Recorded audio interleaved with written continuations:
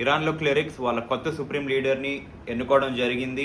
Ayatollah Ali ఖamenei కొడుకు ఎవరైతే ఉన్నాడో మజ్తోబా ఖamenei ఇప్పుడు ఇరాన్‌లో కొత్త సుప్రీం లీడర్. రాజ్యాంగానికి విరుద్ధంగా అంటే అన్‌కాన్స్టిట్యూషనల్ ఎందుకు అంటున్నామంటే ఇరాన్‌లో ఇప్పుడు దాకా మొనార్కీ సిస్టమ్ ఆఫ్ గవర్నెన్స్ రాలేదు.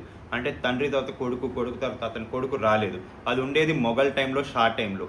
అది ఎరాడికేట్ చేసి వచ్చిందే వీళ్ళ రిజైమ్. దేశంలో చాలా అల్లర్లు జరుగుతున్నాయి, అలాగే చాలా పండగలు జరుగుతున్నాయి. అల్లర్లు ఎందుకు జరుగుతున్నాయి అంటే ఒకడు పోయాక అలాంటోడు ఇంకోడు వచ్చాడు, అదే కుటుంబం నుంచి వచ్చాడు, ఇంకా దేశం కూడా అలానే ఉంటుంది, అదే పద్ధతులు అలానే ఉంటుందని చెప్పి బాధతో చాలామంది ధర్నాలకు వెళ్ళడం జరిగింది. ఆ సీటుకి ఒక గమ్మత్తుంది. ఆ సీట్ ఎక్కిన 10 నిమిషాలకి అంటే ముడ్డి పెట్టిన 10 నిమిషాలకి అలా గాల్లోంచి మిసైల్స్ టపా టపా టపా టపా కొట్టేస్తున్నాయి. అయితే ఆ మిసైల్స్ వల్ల అక్కడ లాస్ట్ టైం చూసాం, ఒక లీడర్‌ని ఎక్కించారు, చచ్చిపోయాడు. ఈసారి కూడా అలానే మజ్తబా ఖamenei ఎక్కాడు. ఎక్కిన కొద్దిసేపటికి మిసైల్స్ పడ్డాయని చెప్తున్నారు. అది ఎంతవరకు నిజమో ఇప్పటిదాకా అఫీషియల్ కన్ఫర్మేషన్ అయితే రాలేదు. కానీ సోషల్ మీడియాస్‌లో, సోర్సెస్‌లో స్పెక్యులేషన్స్ జరుగుతున్నాయి.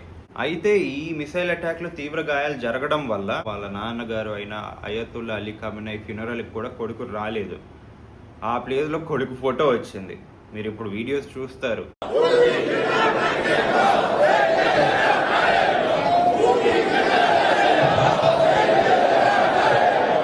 అక్కడ అయతుల్లా అలీ ఖamenei ఫ్యూనరల్ జరుగుతుంది. కానీ అక్కడ కొడుకు రాలేదు. కొడుకు ఫోటో మాత్రం వచ్చింది. కొడుకు కోమాలో ఉన్నాడు అంటున్నారు కొంతమంది అతను నడవలేని పరిస్థితిలో ఉండడం వల్ల, లేవలేని పరిస్థితిలో ఉండడం వల్ల ఫోటో వచ్చిందని చెప్తున్నారు. అది ఎంతవరకు నిజమో తెలియదు. కానీ కొంతమంది అతను బతికే ఉన్నాడు, చనిపోయాడు అని కూడా చెప్తున్నారు. ఇరాన్ రిజైమ్ ఏదైతే ఉందో అది కప్పిపుచ్చడానికి అతను బతికే ఉన్నాడని చెప్తుంది. రిజైమ్లో ఇప్పుడు ఉన్న ధైర్యం ఏంటంటే కొన ఊపిరితో ఉన్న ఇరాన్కి కొడుకు రూపంలో సుప్రీం లీడర్ వచ్చాడు, అయితే ప్రాణం పోసుకుంది ఇరాన్ అని చెప్పి ధైర్యంతో ఉన్నారు రిజైమ్ అంతా. ఇరాన్లో కొత్త సుప్రీం లీడర్ రావడంతో కొన్ని దేశాలు నిజంగానే ఆనందంగా ఉన్నాయి. అందులో రష్యా, చైనా ఒకటి. ఎందుకంటే అవతల పండుకోతోడు ఉన్నాడు, అదే డొనాల్డ్ ట్రంప్. ఆడి ముట్టు పగలగొట్టడానికి ఒక లీడర్ ఇంకా ఉన్నాడు, ఆడి పతనం ఇంకా మొదలవ్వలేదు, అవుతుంది అని చూపించడానికి ఒక లీడర్ ఉన్నాడు అనే ఆనందంతో రష్యా, చైనా ఉన్నాయి. ఇటు పక్క చూస్తే ఈ పండుకోతోడు ట్రంప్ గారు ఏమంటాడంటే I'm not happy, I'm very much disappointed. తర్వాత ఇంకేమంటాడంటే నా అప్రూవల్ అంటే ఆ పండుగతోడు అప్రూవల్ లేకుండా ఆ సుప్రీం లీడర్ చైర్ ఏదైతే ఉందో అది ఎక్కువ కాలం ఉండలేరు, దానికి నా అప్రూవల్ ఉండాలని చెప్తున్నాడు. ఇంకా చాలా చెప్తున్నాడు, మీరే వినండి. You have to take him out. Does he have a target on his back? You mean the new supreme leader?